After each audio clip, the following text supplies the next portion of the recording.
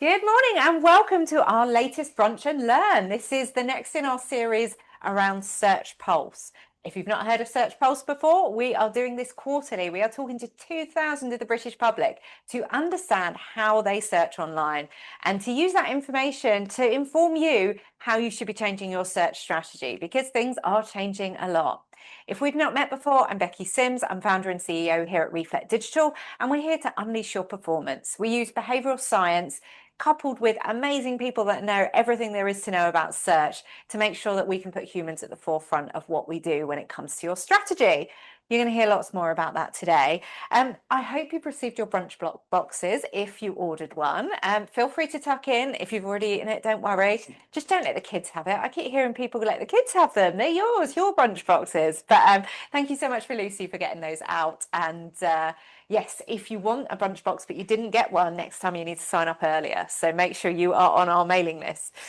We want today to be interactive. So through the power of technology, your questions will land on my iPad. So we've got loads of questions you've already asked us, which we're going to be answering. But if you've got fresh questions, get them into the chat and Lucy will make sure they appear here and we will do our best to answer them. If we don't get to answer all questions today, we will drop you an email in the next week or so with an answer back to your question, but we will do our best. We'll work really hard for you. The best way to set up your screen for today is muted standard view, and that will ensure that you can see us and that you can see the screen at the right time. And I think that's everything I need to say before I introduce our fabulous panel. So I'm going to hand over to the panel to introduce themselves, starting with Jo. Hello, I'm Jo. I'm Head of Content and Digital PR and Creative at Reflect Digital. I used to be a journalist working at the likes of ITV News, Channel 5 News, and reading the news on the radio. And then my job now is to head up the team, making sure that every piece of content that the team write resonates with both audiences and AI and robots, and ensuring that we get top tier coverage for our clients that produces a real good impact. Thanks, Joe. Hi, everyone. I'm Andy. I'm VP of SEO Strategy here at Reflect Digital. I've been in SEO for the last 16 years, so I've been around a while, done it all, seen it all, and my role at Reflect is to guide us through what is going on in search and how that's changing at this very exciting time. Prince. Thanks, Andy. My name is Prince, and I'm the Senior Paid Media Manager at Reflect Digital. I basically handle everything relating to paid media, managing the paid media team, ensuring that execution is all up to standard, making sure that our clients are happy. I guess some of our clients will be here looking at me right now. And yeah, just ensuring I've been in paid media for close to 10 years now. So I've worked with different brands, had multi-experience across e-com and lead gen. So it's quite exciting. It's been an exciting journey, and now I'm at Reflect Digital, and where we're really focused on the behavior of the human behavior basically, and putting that at the center of search or social strategy, which is quite exciting. So yeah. Fantastic. What a fantastic panel we have with us today. So I thought I'd just start by setting the scene. So I've got a couple of slides. I mean, I always have a lot of slides, but like it's about 2-3 minutes, so don't worry, bear with me. And then we're going to get into your questions. These slides are hot off the stage at Brighton SEO. So last week or a few weeks ago, myself and Prince and Lottie all took to the stage at Brighton SEO to share some of our latest thinking. And this is just going to go over some of the kind of headlines that came out of our latest Search Pulse report. If you've not had a chance to read it, you definitely should. We also have the AI agent. So when you download it, you can get to an AI agent where you can ask it questions. So let's dive into this. This will set the scene. I think the nice thing as well for anyone that wasn't at Brighton SEO that's watching, and if you haven't been before, tap us up for tickets because we can normally help you out. But Brighton SEO is one of the biggest conferences out there for the search industry. And actually, I really noticed a mood change from October last year to April, May this year of everyone feeling like they've got it a bit more under control with how everything's changing. And I think we're all feeling that. So we're starting to know what's happening with this new world of search. So let me set the scene and then we're into questions. So everyone is talking about how search is changing, but fewer people are asking why. And that why is human behavior. People don't choose platforms, they choose outcomes. We're getting really smart in how we use technology. We know what we're trying to do, and we're not thinking about the platform. We're thinking about the outcome we're trying to achieve. And it's behavior that decides where those outcomes happen. It's our behavior, it's our habits that we're learning, it's our way of doing things. It's not the technology. And if you're not optimizing for this, well, you are putting your business at risk because you cannot put your head in the sand. This is changing. There is nothing we can do about it other than ride the wave, get on with it, and start to make sure our strategies are set up for the future. These were the headline stats from the latest Search Pulse report. So we did see that Google search usership has dropped 9% year on year. Interestingly, Gemini is up, so Google will never fully lose out. They're just riding the wave themselves. For anyone targeting that 18 to 24 bracket, they are using TikTok as a search tool now. That is 54% of them turn to TikTok as a regular search tool. And actually, I was at an event yesterday where there was nobody of that kind of age, and everyone was like, a search tool? Yes, you might think it's a social network, but you can search for information, you can find things, and that is what the younger generation is doing. And 1 in 4 of us are using ChatGPT regularly to search. So we are starting to build that LLM into our way of searching. So search has moved from this information retrieval to action and advice. We used to phone a friend, but now we can ask an LLM. So if behavior is driving platform choice, then we have to design for behavior. We can't just be designing for the platforms. And this changes how we plan. It means that we're moving from planning channels to designing journeys, from optimizing pages to designing decisions, and from chasing platforms to designing presence. And this is behavior-led search. This is what we do here at Reflect Digital. It starts with behavior. And some of the questions you should be asking, because you need to start looking at your reporting slightly differently. You need to be thinking about visibility. Where do you show up? Credibility. Are you trusted in those moments? And influence. Are you shaping decisions? Because these are the 3 things that are going to start to make a difference for your strategy going forward. Because the goal is no longer traffic. We can't get excited about traffic because actually a lot of things happen without a visit to the website. It's about being chosen. So we're moving from measuring clicks to actually measuring the influence that we have. So let's dive into the live questions and we're going to get started. So our first question is from Dan at Radium. So do you feel, and this is for the panel, do you feel that B2B and B2C should be adopting different approaches, e.g. B2B writing for LLMs and B2C hybrid with a mix of writing for LLMs, but also those still using Google? Who wants to kick us off, Joe or Prince? Okay, I'll take it. I think this question ties in perfectly with what we've already heard from Becky.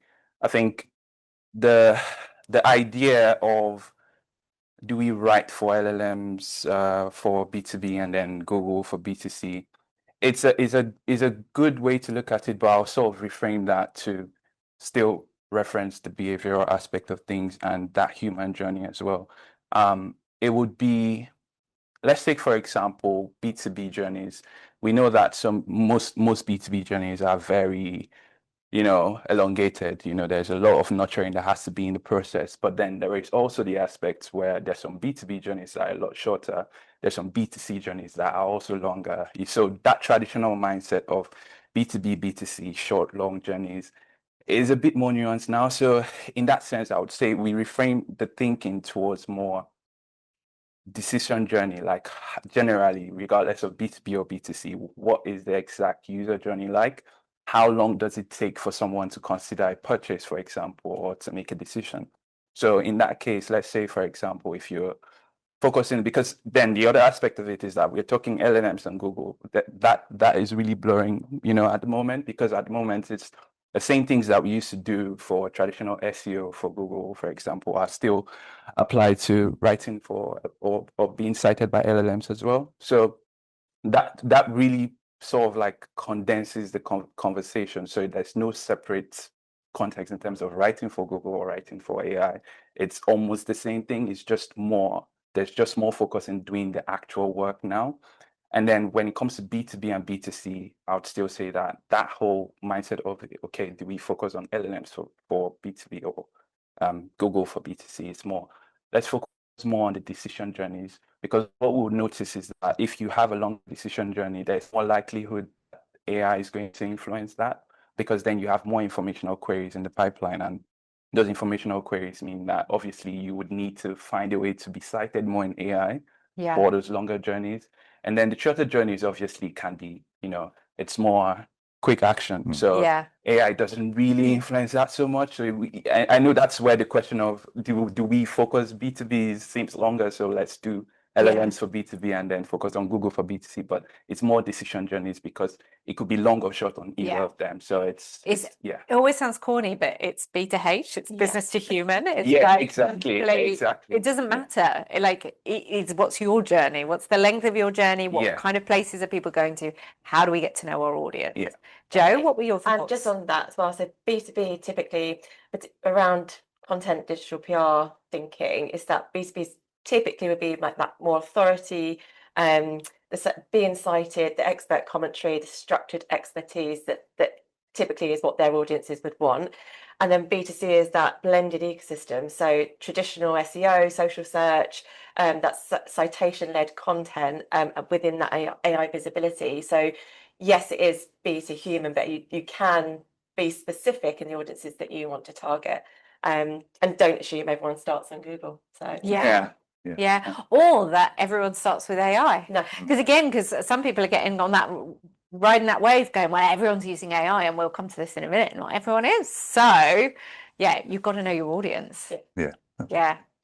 So great question. Thank you, Dan. Dan, you're a regular as well. I feel like we should have a cup of tea at some point, because I always see your name and read your questions out. We've also got James from PGL Beyond. Hi, James. So how can brands who previously thrived with organic search performance adapt to the impact of AI search? Andy, I'm coming to you first on that one. Yeah, this is a good one. So I think there's obviously elements of things that you can do within your site and what was already driving that organic performance that hopefully is transferred somewhat to AI search based on the question. And that's around kind of taking that existing performing pages and looking at how you can then maybe tweak those based on the things you're then trying to appear for in AI search. So that I'm not talking about throwing the whole thing out and starting again from a, create a load of answers on a page, but how do we then structure that from an answering question point of view? Are you using the right sort of headings on those pages and the right sort of entities from a schema point of view? So, if you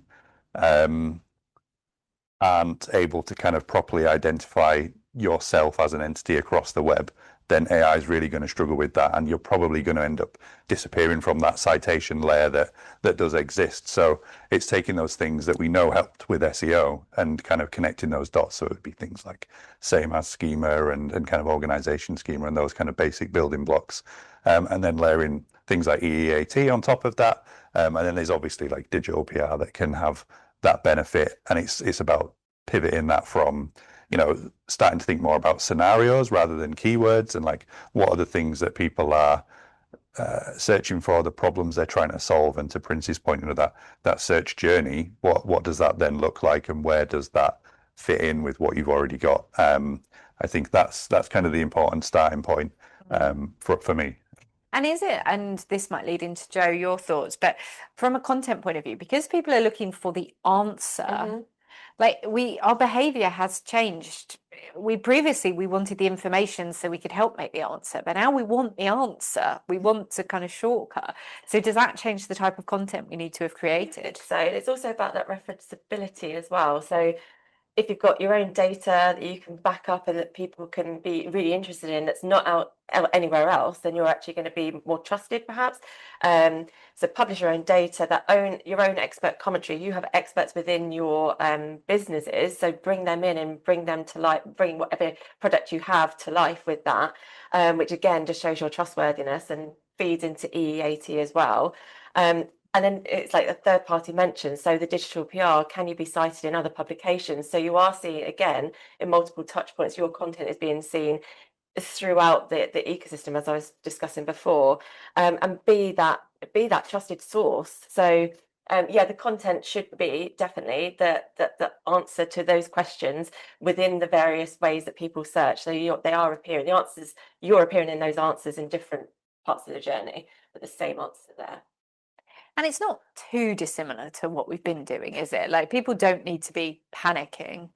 No, not at all. I think there's definitely that overlap, and it makes sense to do a lot of those things. It's more about, I think, the scenarios that I mentioned and then how you measure them. We need to think less about like traffic and rankings and more about citation share and share of voice and how you're perceived from a sentiment point of view when you start to appear in AI search, and then having your reporting feedback loops be as tight as possible so you can move really quickly with that information as well.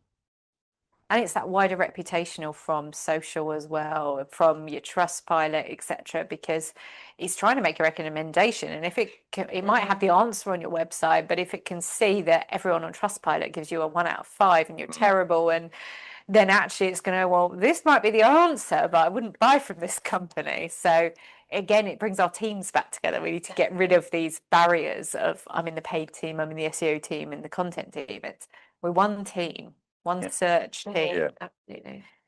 So next question was from Keris. I'm hoping I'm pronouncing that correctly, from Amron Architectural. I think you've been to quite a few of our Brunch and Learns as well. We've got lots of regulars, so lovely to see you. How can you use AI to optimize captions and copywriting? So identify the search intent and analyze for that readability. I think that's key to using AI for copywriting. Testing as well. You can test any potential hooks or headlines, that kind of thing as well. And then for digital PR wise, we use AI for the research stage of the process, or efficiencies within the team. So we use Notebook LLM to really gather all, and for content, to be fair, we will gather all the sources that we can have, so that we can then use that as a source of truth, essentially. So it will be it's efficient, but it's also it would just provide us with that content that we need immediately, and then speed up that process a little bit more. But it's still that human element as well. The humans still have to have that final say over what we produce and what goes out. So yeah, it's interesting you mentioned Notebook LM. I was in this event I was at yesterday. There was 100 or so leaders in the room, and I think there was 2 or 3 throughout the day that had heard of Notebook LM, and yet like we love it here at Reflect. It's a Google product. It's incredible. I don't work for, and I'm not on commission for Notebook LM. Wish I was though, because I would go and sell it everywhere, because I think anyone should be using it. It's incredible. So if you've not heard of it, go check out Notebook LM, because it is such a good tool. Prince, did you have some thoughts on that around optimizing captions and copywriting? Yes, absolutely. So I think to Joe's point as well, like that human aspect of it needs to be there. I think I'm not one of those people who go on LinkedIn and look for every, write-ups that look like ChatGPT written write-ups and be like, oh, by the way, that was written by ChatGPT. Nah, I do see that a couple of times, and I feel like it's totally fine to still write, use AI for copywriting, be it on your social media platforms, on your ads, digital PR, organic, whatever. I just think that the basic thing is that human element has to be there. And how does that really work from my own perspective? I think, and this is also going to allude to how I personally use it as well, is that you first need to ideate the process, like what you actually want the AI to do, as opposed to letting the AI tell you what to do. So for example, if you're writing, like in paid, for example, we do have different clients and we need to write ad copies. We first, and it's part of what we do at Reflect, is to understand like the human sentiment, what motivates them, what are those nudges that, really make them to want to take some certain actions. And then we identify that, for example, if it could be a co-working space, it could be, obviously we know productivity is one, wellness is another, maybe community, locality, like how close are you to that co-working space, for example. All those things are things that we as humans can still be able to ideate, and then you use that to then feed the AI. The only reason why you would feed the AI is basically to do that faster, because let's be very honest, I think we've got, generally across the board, there's a lot of workload coming in on a daily basis. So it's making the job faster as opposed to helping you ideate that. So you can do the ideation, but then the execution, in order to save time, is where the AI then comes in. And that's that's sort of like the optimization, like in a very simple way, how I'll put that. Yeah. So yeah. Nice. Yeah, I think it's just, you can see if it's AI written content, can't you? And I think then that may take away that trust that people will have for you if you are just generating AI content. So it definitely has to have that human element to it, and the craft of copywriting, and it's a skill, and it's you know, it's a passion for it, but that efficiency is what we can really use it for. Yeah, Definitely. efficient. Yeah. I love the way everyone's petrified of an M dash now, aren't they? Well, Then it's like, obviously I must be AI, but actually grammatically it's a very good tool. But we've ended up now we're all petrified of using an M dash. I remember like reading novels back then, and it was a consistent thing. It's very, very consistent. But now it's like, okay, don't use the M dash anymore. Yeah, it's funny that though, isn't it? But it is also this, like, I do think we need to get away from this feeling of I've cheated on my homework by using AI. Like, if you really feel that way, then the chances are you have copy and pasted and you probably have cheated on your homework. But actually, if you've used it intelligently as a sparring partner, as something to help you be efficient, but you know that everything there is your thinking too, and it's just helped you, it's coached you, that's absolutely fine. You haven't cheated on your homework. That's what we want to be using it for. So no, I love that. So any live questions? I'm just looking. We don't have any live questions at the moment, but a little reminder that if you would like to do any live questions, or if anything sparks an idea, please pop it in the chat and I will come back and check in a minute. Our next question is from the lovely Bee from Golf Breaks. So lovely to see you, B, if you are there in the audience. So if you had to pick one, what is the most surprising insight from this report? So I've got one on screen, and then I'm going to hand to Jo as well as to what hers are. But the one, and this, we talked about this a lot in my Brighton SEO session, was that for the first time ever in our report, we brought in household income just to see how that marries up with usage or pattern in any of the ways of searching. And it was a real stark divide, I guess is the word here, between higher household incomes and their usage of ChatGPT and lower household incomes. Now, obviously, the lower household incomes could also be retired people, etc. So we haven't brought age into this picture as well, but you just start to see that. I think the way we've analysed it and from what we've seen is that there's a really good chance a lot of people that are learning about how to use AI are learning at work. They're being encouraged at work. So actually, if you're in the type of job where you sit at a desk and you're likely to be using AI for some of your work, you're going to also be much more likely to then go, well, I could search for other stuff here and start to use it more. If you're not in a job that gives you that opportunity, gives you that kind of coaching and that confidence to use it. And actually, if you're just hearing the scary news stories of AI is going to take over and be feeling worried about using it, you're going to be much less likely to use it. So I think the point here that was interesting is that we can't just assume that everybody is moving to use AI. No. It's not everybody. It could be that for your audience it is, but it also might not be. If you are targeting potentially lower household incomes, we need to take that into account. And that's why it all comes back to human behavior and understanding your audience. Jo, what was your surprising point? Actually, you had it in the previous slides, but it's the 18 to 24-year-old bracket that are using TikTok rather than Google. Now, doesn't sound surprising, but it's now mainstream, and this generation are they're gonna be using it more and more as they get older. Therefore, that's where we should, you know, start to, well, we already are, but we need to bring it in more and think about that a lot more now. Like for digital PR coverage, perhaps isn't what we need is just coverage, but we actually need that social proof, and we need to be present on these social channels more so than ever. So it's similar to like with the lifestyle bits and pieces that we're working and looking at. You know, it's those expert commentary that we can have on within TikTok as well, and be present in those channels.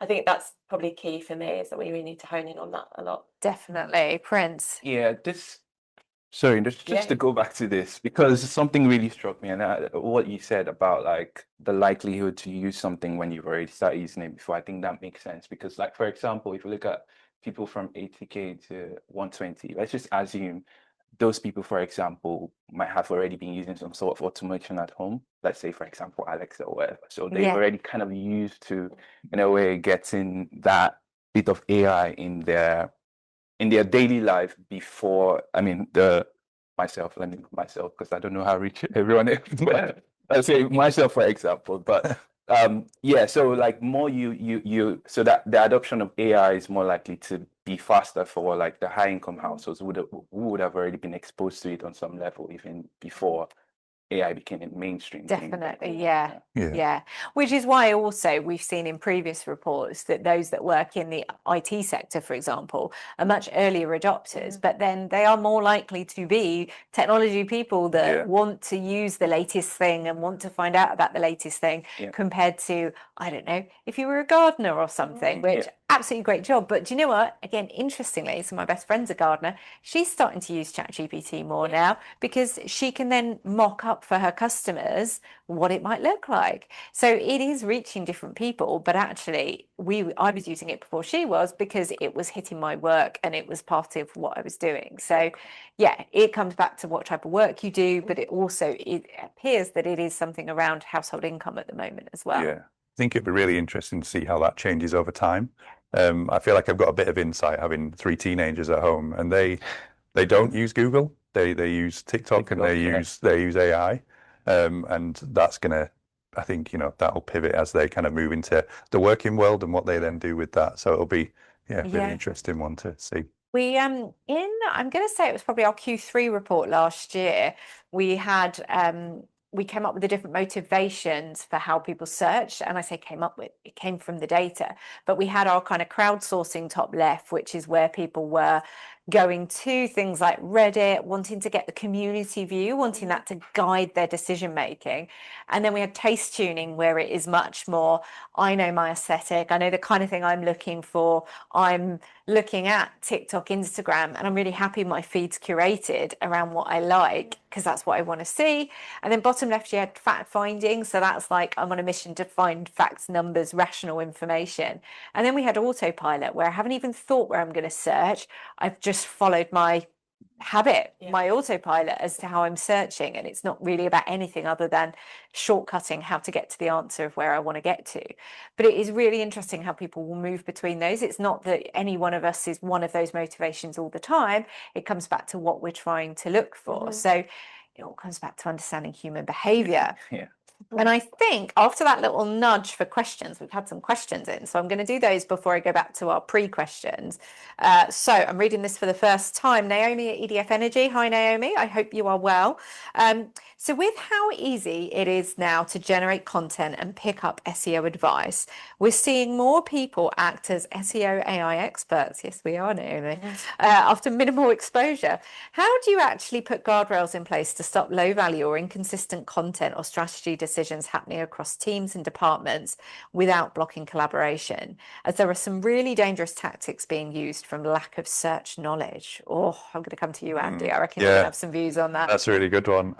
I think there's like a general trend in the industry where you don't want to be seen as saying AI search is just SEO, because it isn't just SEO, but you also don't want to say that because then someone will say, you don't know what you're talking about, I'll go find someone else who does. Yeah. So there is a desire to not appear like you're being left behind. So that then people will kind of nod and be like, okay, that sounds great, and we'll just go with it. I think you can ask a few questions to help spot any red flags in terms of like people that may be giving that kind of advice around, they've just used Gemini to come up with a strategy, and then they kind of telling you to go with it. And a lot of that does rely on that previous SEO knowledge or experience, and how then what you then do sits on top of that to then perform in AI search. So, some of those questions might be kind of like the way you would measure performance, and kind of how that would line into the strategy of your business, and then how that would ladder up to then what you do on Google and then AI. Things like that. So I think there's different ways of kind of probing around it. I can't remember the second half of the question. There was. So was like, how do we put the guardrails in place? How do we make sure we're not blocking collaboration, because there are dangerous tactics being used? Because, I've actually seen it on the flip side as well. We've noticed it with clients and briefs coming in, not necessarily from our clients, but ones that come through our Contact Us form. You actually see some of them are super detailed now, but actually when you get on the call with someone, they can't quite back it up, and you're like, okay. Yeah. So that was an AI created brief, and actually to the point that it's almost to detriment, because we saw one recently where there was just like too much activity in there, but it's where AI had gone, we could do this, and it's like, whoa, hold on, wait, one, we don't have a money tree, love one, but I don't have one, but two, also that's actually content overload, it's activity overload, that's not going to be possible in the 3-month campaign period or whatever it was. So yeah, it's hard though, isn't it? Because you can't call people out. Well, I suppose you can, Yeah, I mean, but yeah, you could. You could do it professionally, I guess. yeah, You know. Tuesday out. Tell me your real thoughts in here. Yeah, but you can always bring it back to like the human behaviors you're trying to tap into, why you've then recommended that based on that, and then the business aims, and those are kind of the 3 points that can help centralize any sort of strategy and bring sense to all that activity. And I think there'll be loads of things that AI will spit out, and then someone may repeat that you can then just be like, okay, well, how does that relate to what we're actually trying to do? And you can tell, like you say, if they can't then answer that question, Yeah, then you kind of know, okay, we probably shouldn't be doing this. And maybe that's the professional red flag as well around like the advice you're being given. Yeah, and I think there's so much noise around it. It's so tempting to kind of want to go along with it. And I've seen horror stories of where people have, agencies have said we can do this on Reddit, and they'll kind of put out loads of content and loads of mentions. They all get taken down within a few weeks, and they've taken the money and they've disappeared. So there is a lot of stuff out there that you really need to be careful about. And I think having someone you can trust to sense check those things with is really important. definitely. And I think internally is making sure, because actually for a business size of EDF Energy, and I'm reading between the lines, like from what Naomi said, some of this could also be happening internally, that people are like, I now know, do this, etc. But actually we've got to just make sure we're getting the right training in place for how to use AI safely, and like how to rationalize with it, and make sure you are still owning your thoughts. Because I keep saying about the event I was at yesterday, but I mean, I was there for all day, and I did the same session 5 times with a lot of leaders talking about AI. So it's very much on my mind. But actually, of all the businesses I saw yesterday, not a single one of them have had any training on how to use AI. And it's like, actually, I think that's part of our problem here, that we don't know. We're not teaching people how to use it. They're thinking it's just like Google used to be. And then, well, they put the prompt in to go, right, I want to appear in ChatGPT. What should I do? And it goes, here's what you should do. You're now an AI expert or an AIO expert. And you're like, great, I'll go tell the marketing team, do all of this for me. And it's like, well, no, that's not all the answers. So I do think there's some training and some knowledge share. And actually, like, can we create a working group for this? And how do we collaborate? Because I don't think anyone has all the answers at the moment. It's still quite early, it's all still moving and changing, and we don't want to stop people from feeling like they want to learn about this, but we've got to make sure they're learning in the right places. Yeah, definitely. And that's where your reporting and your measurement comes in, I think, really valuably, to kind of understand, because there's so much in theory going on, but so much we can't measure. You need to be able to be clear on, kind of the referral traffic and that you're getting from LLMs, the prompts you're visible for. The thing, most tools that can measure prompts will also have some sort of feature where they'll say, here's some other stuff you might want to look at and you might be relevant for, and that's a good indication of like if you're going in the right direction or not with the content you're creating, and if those recommendations you're implementing are actually having an impact.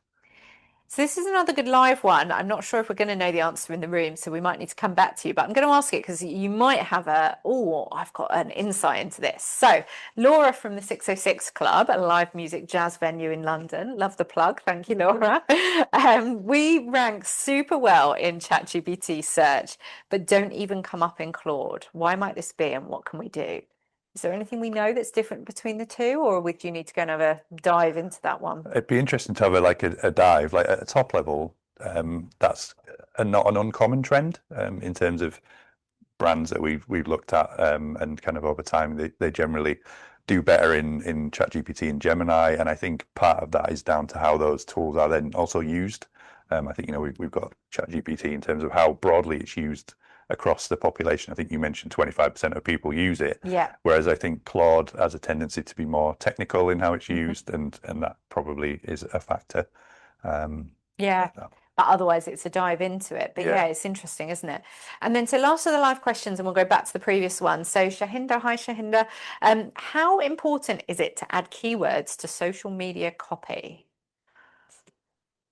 I guess where we're thinking of the broader spectrum of, because a lot of these social channels can now be indexed in Google, can't they? LinkedIn can be indexed in Google, etc. Should we be thinking about keywords? I'd say yes, because I think the way, for example, if we just take, for example, maybe Facebook or Instagram and even TikTok as well, I think the algorithm right now is it's sort of functioning more as content discovery at the moment. So in a way, it's behaving a bit more like the conventional Google search, organic flow basically at the moment, because even the people, I think most of the content, that's why most content you see have something that is similar to a sort of like a header and in the first, let's say the first paragraph, because creators are beginning to understand that having the most important or relevant keywords in that very first section is how you get discovered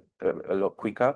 And then basically, I know we're still going to discuss about this, but then there's still the hashtag conversation, and there are like other bits around like location tagging and etc. But what we've discovered most times, especially with updates from Meta, for example, is that it's working more as that useful content discovery piece, which then means that keywords become a lot more important. Definitely. So if you're going to put out content, you should definitely think about what would the customer, like what would a user want to, how would they search, and what are the sort of words that they will put in that search query, basically. So it's your keywords, not your spreadsheet of keywords, but it's thinking about your human and what they might search for, and letting that drive you, rather than, because what you don't want is to all sound really spammy and like not written for humans, because especially on a social platform, like we're going to lose people immediately. But it is that balance, isn't it? Yeah. Okay, nice. Right. Thank you for the live questions, and keep them coming and we'll get back to more. So next up, we've got Lewis at Cisco. Hi, Lewis. I hope you are well. So top 3 tips for being AI agent ready. And I'm going to come to you first, Prince. Top 3 tips. Let's see if I can make it simple, because I think, Joe, you're also going to. I'll take it on that. So top 3 tips. I'm going to try and keep it short. So I would say first would be clarity. So having very clear structure in terms of your content generally, and not just in the content structure, but also in the way the content is also worded as well.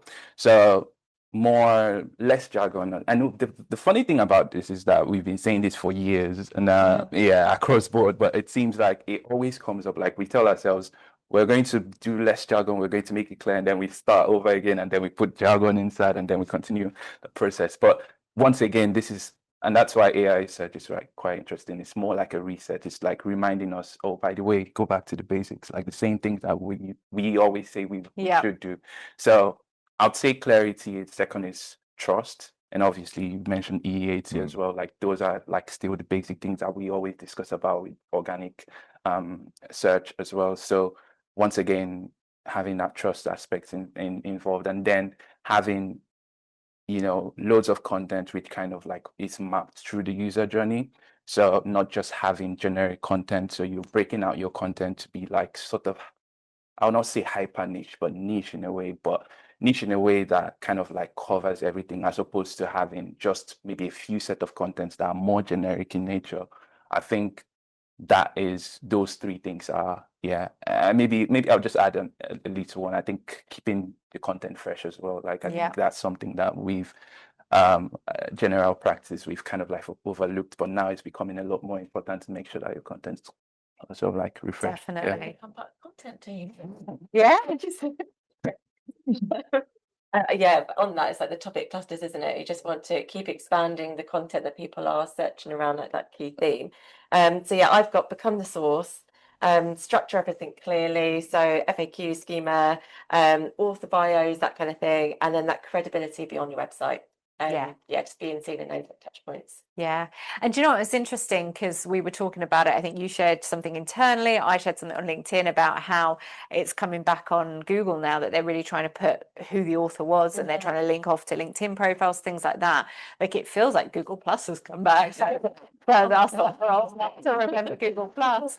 But do you know, I think Google was ahead of its time at that point because that was, I remember I was gutted when they took that feature away. But actually, it is about owning your point of view, isn't it? Yeah. And being a real human online, not just being, oh, we're just this company and we're putting content out. We want to know who the humans behind the company are. Like building those personal brands. I think it's really, really important. So lovely, lovely, lovely. So then we have from David at Amtivo. Hi, David. With the drop in organic clicks and the rise in advertising costs, which industries are doing better, worse than others? What are the key behaviors of successful players? Prince, what are your thoughts? On this one, I think it's quite similar to the first question, I would say. And I don't want to sound repetitive in this sense, but like it's still that same thing about the industries are, let's break industries by like two different sets of industries. So mostly if we put it at the very top level, the companies, most advertising companies are either working with the lead gen approach or an e-commerce approach. Those are like the two main bits. And if we look at those two journeys, on the lead gen side of things, it's still, or which is more B2B-ish, you're seeing more, you're getting businesses who definitely want to cut short the sort of the timeline in terms of making a decision, which is, and from our perspective, that process of making the decision short is still keeping businesses currently afloat. Whereas, and that's the only way that you can actually match the other side of it, which is an e-com client, for example, where very, very quick transactions, very, very quick decisions are being made. So, but on a general scale, the industries that we're seeing that are doing really good or not doing so bad compared to the others are basically industries that are basically trying as much as possible to cut that user journey short, like from the decision time to from the research period to the decision making. And I'd say, like, for example, e-commerce basic level, they're always going to get it right, because if you go to Google, for example, and you just search coffee shop near me, you're not going to get there's less likelihood you get an AI overview answer on that. You're definitely still going to get the regular answer on that. Yeah. So e-com clients are less, they're not really going to get a lot of, that heavy, effect in terms of their revenue piece. But then you've got the B2B side of things, which obviously it's a longer process. But as I said, if you cut that journey short, for example, with the lead gen form in between, which makes that journey a lot shorter, then you're more likely to be able to prevent yourselves from being, totally shut off in this AI world, because basically the whole research aspect of it, informational piece, is it's a lot messier now. Because on B2B side businesses, you're going to see that a lot of them actually start with informational queries. So like around 70 to 80% of businesses will start with, maybe people researching for business to business will start with an informational query, and AI is basically just taking that out. So that aspect's a lot messier now. It's not the same with business to customer basis, where it's more direct and more easy to access, where people can make that decision on the go, especially for very low value items. So I'll say on a general scale, from what we're seeing within our accounts, e-com clients are doing not as bad as the business to business ones, but the business to business ones, which are doing well because they're cutting the user journey short and trying to end that trust as quick as possible. Love it. Love it. Right. We are going to try and do some quick fires because we've had more live questions, which look good, but we've also got some previous questions. So I'm going to come back to you, Prince, again. We've got Florence at Night Dragon. Hi, Florence. What are the best SEO practices for Instagram? Are hashtags dead? Yes or no? It depends. No. Yeah. It depends. That's the classic answer. But to be fair, I'd say not entirely. So are they as effective as they were before, like maybe 5, 6 years, 7, I don't know, maybe 10 years ago? I don't know. It's definitely not as effective as they used to be, but they're not totally dead. I think the only thing is that they need to be applied with like some great with more specificity. So let's say you just write a hashtag of, I don't know, me hanging out at whatever. Like no one really searches with that sort of hashtag. So your hashtag needs to be a lot more, in a way, very relevant to what you're actually posting. So it does work. It just needs, and no spamming of hashtags, please. Just keep it really, maybe like 1, 2, or 3 hashtags, but highly relevant ones, and it should be fine. And Prince did ask nicely. He did say please. So no spamming of hashtags. Okay, cool. Right, keeping quick fire. Alexandra at Green People. Hi, Alexandra. What is the best approach to optimizing for the super long tail on AI, Andy? Quick answer. Quick fire. Yeah, I guess you still need to produce the content you would produce based on your SEO keywords. Think about scenarios, not keywords, though. So someone might be like, I want what are the best trainers for someone who's starting out to run on gravel tracks doing 5Ks and they have flat feet. Like that might be something they put in AI. There's so much stuff you could produce around that, but you still need to bring it back to something that, because you can't write about all that because you'll ruin your SEO performance. So you need to just have nods to it in a way that, like, maybe this product is good for beginners, but actually it's really great for gravel tracks. But that might actually just sit within a bit of content that's about, the best running trainers for beginners or something like that. Yeah. But yeah, scenarios, not keywords, is what I would think. Nice. The quick fire answer. Language as well. Keeping it, with that flow, without that AI element as such. Those detailed FAQs that have their expertise within that. I think I'm kind of open. Yeah, I mean, I used a written example, but Joe's the runner, so. Yeah. Love it. Right, next one, also coming to Andy and Joe. So Zoe at Crown Worldwide Group. What tactics have you found to grow your AI visibility, and how are you tracking this? Quick fire. Cool. The growing AI visibility, restructuring your content in terms of, does it answer questions and problems? So not necessarily rewriting it all, but it'll be embedded in there, and you can make modifications to H2s and some of the content from that point of view. And then digital PR in terms of where you're from an SEO point of view, but also like where are the things that are being cited that you want to be visible for? What is that? Because that can also be part of your seeding list and things like that. Can be really impactful, and it can impact your AI visibility much quicker than your traditional SEO visibility. Nice. And the tracking side of it? I've got AI citations, the visibility side of things, and then the share of voice in LLM. Yeah, and we're tracking it in AccuLLM, which is part of AccuRanker. Other trackers are available. But yeah, those are kind of the ones or how we do it at a real top level. Love it. So a couple of live questions. So Richard from Cisco. Hi, Richard. So this is probably coming over to Prince. So how do you see LLMs evolving into a paid environment, and how should brands prepare to compete? It's quite interesting. Okay, so at the moment, we do know that we have ChatGPT ads at the moment, which kind of it's looking to roll out in the UK, already rolled out in the US. We've had our first preview of what that looks like, which is quite bland at the moment. So it's like really sparse. It's not as heavy as the Meta ads or your Google ads are. And obviously, we all know that they're optimizing more towards CPMs at the moment, but essentially, I think just recently they've started to roll out CPCs as well. I think we are also going to. It's quite similar to the way Google Ads started, and Meta Ads as well. Like it all starts with that, very sparse. First off, your UI interface looks really sparse, and then you start with CPMs, then you're starting with CPC before you go to CPAs. Then you're able to then track revenue, ROAS. Potentially now start working with scripts. I don't know if scripts will ever be a thing, but that sort of stuff, like it becomes a lot more detailed in terms of what you can optimize towards.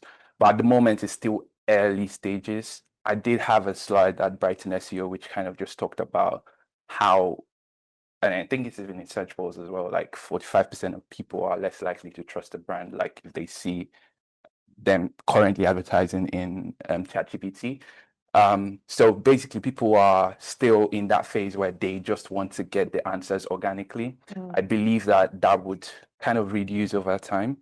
And then as that reduces and more people who want to use are open to using ads, then you would see more investment into LLM ads, for example. And we believe that that will make it much more detailed in the sense that we can then optimize towards maybe more detailed stuff like ROAS, for example, which we are not really able to do at the moment. I think it's going to come so much back, though, to the human behavior side of it, that if I've asked a really long tail query that's me asking about my running shoes, etc., and then I've got buy running shoes, buy them here. That's not what I asked for. That's not why I'm here. If I see an ad saying, we've got a guide that helps you find the perfect shoe for all terrain, oh, okay, I might jump onto that, and you're going to help me when I can tell you I've got my flat foot and I'm gravel and I'm new, etc. Amazing. So I think it's really going to come down to the contextual. Like if advertisers just go, I want to sell stuff, I think I want to help people learn, I want to help inform them, and eventually I'd like to sell stuff. That's, to me, that's the approach that will work. I think they're intelligently moving towards that, which is why I had a call I think last week, and ChatGPT ads, for example, does not currently serve a lot of impressions as much because I think they're just trying not to be that spammy where like there's lack of relevance between the query and then the ad. So but I think the thing about it is like the more it continues, the more they learn, then they'll use that to optimize more. So I think it would, to be honest, I think it's here to stay, and I think it will grow. That's just basically the summary of what I think it will be. It's so interesting how Claude's come out so strongly that we will never do ads. Some of their ad campaigns around not doing ads have been hilarious. But yeah, I don't know. It's a space to watch. I'm going to do one final, and this needs to be quick though, because then we're going to go to feedback and then the killer question. But just this came in from Lewis, and I thought this was nice. So Lewis at Cisco, given the associated demographics of TikTok users, can there still be value to B2B companies in posting short form content? Should there be any differences in the short form content posted on the main Reel platforms? Joe, any thoughts on that? I think it goes back to business to human. Yeah. Like, you know, a chef perhaps won't, you know, they read and they use other sources. So if they're going to see expert comments on TikTok, that's going to resonate with them as much as it would if it was on another platform. I think it would. I think it's just think about that. Like everybody in this sense, really. Was that the question? Yeah, I think so, because it was just the fact that, I suppose it comes back to knowing your audience, doesn't it? Because if part of who you are reaching are that 18 to 24-year-old, even though it's business to business, they still might be in business. Like as soon as you've left school, you can, well, even while you're at school, you can have a job. So it's more understanding, is that who you're targeting, and will they be on TikTok?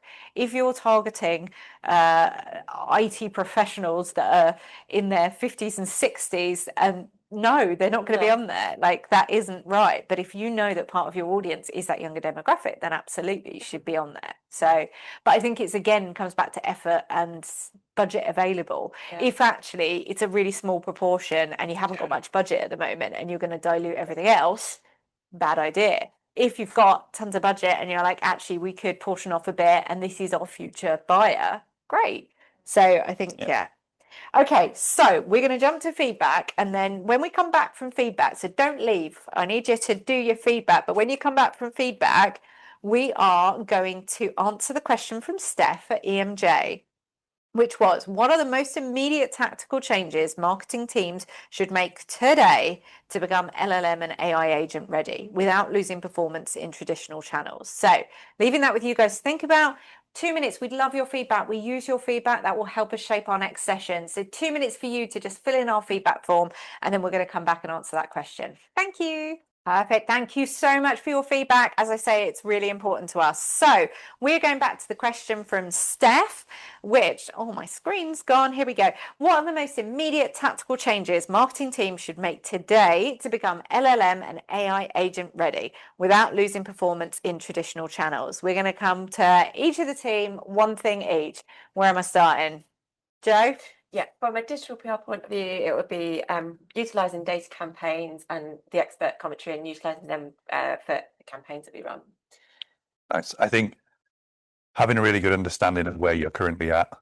So getting your reporting loops in place and understanding what you're measuring so you can educate the business in terms of it's now prompts and visibility and sentiment and citation share and frequency, so you can know if the work you're doing is kind of sending you in the right direction, and then you can feed that into your content strategy and other elements of your strategy as well. Love it. And Prince? Yeah, I would just wrap it up with like the human aspect. So yeah, mapping your user discovery journey. So knowing exactly at which point of the journey, the sort of messaging that you need to have at every point of the journey, be it on digital PR, from a digital PR perspective, SEO, paid, that journey needs to be mapped out completely, and then you can then figure out like what, fill in the gaps, basically what you want to the answers that you want to provide to the user, basically. So yeah. Love it. So embrace behavior-led search. Yep. Nice. Some good tips. You've been wonderful, panel. Thank you all so much. You can find all of the panel on LinkedIn, and you can go and ask them more questions. As I say, if we didn't get to your question, we will send you a follow-up. Whatever happens, we'll send you a follow-up. We'll give you the recording of this. If you loved it so much you want to watch it again, go for it. You can share it with your colleagues, but also you can get early access to our next Search Pulse report, which will be coming out early in July. So there's a QR code on screen, but also Lucy is going to pop it into the chat. And yeah, and thank you so much for your feedback, and thank you for joining us. Like this would be nothing if we weren't talking to real people out there. So we thank you, and keep following us. And if you're interested in anything we've talked about, reach out, because we'd love to help you with behavior-led search. Thank you so much, and enjoy the rest of your Thursday.